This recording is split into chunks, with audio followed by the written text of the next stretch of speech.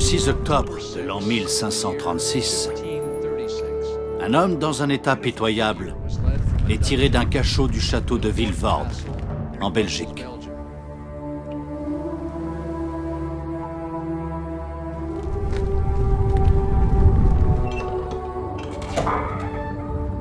Pendant près d'un an et demi, il est resté en isolement dans une cellule sombre et humide.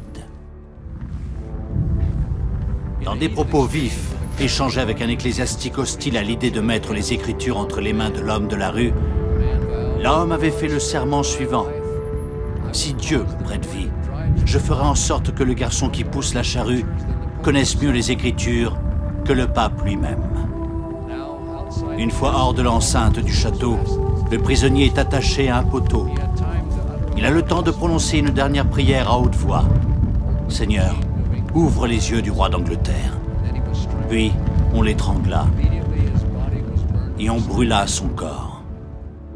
Qui était cet homme et quel était son crime?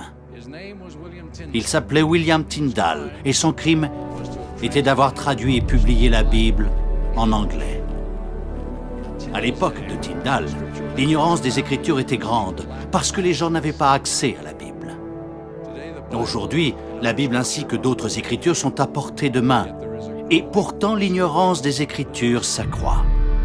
Que devrions-nous aussi comprendre que les Anglais du XVIe siècle, qui ont payé des sommes colossales et ont pris des risques sérieux pour disposer d'une Bible, ont compris. Les Écritures sont le critère qui permet de distinguer la vérité de l'erreur.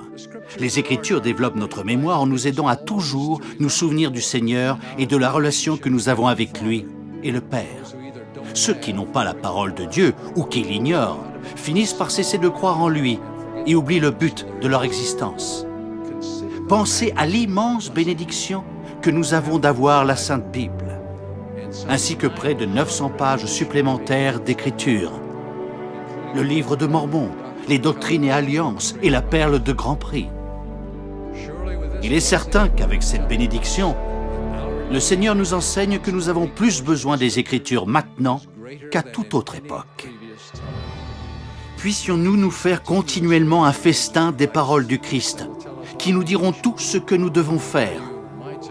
Je vous rends témoignage du Père et du Fils comme ils sont révélés dans les Saintes Écritures.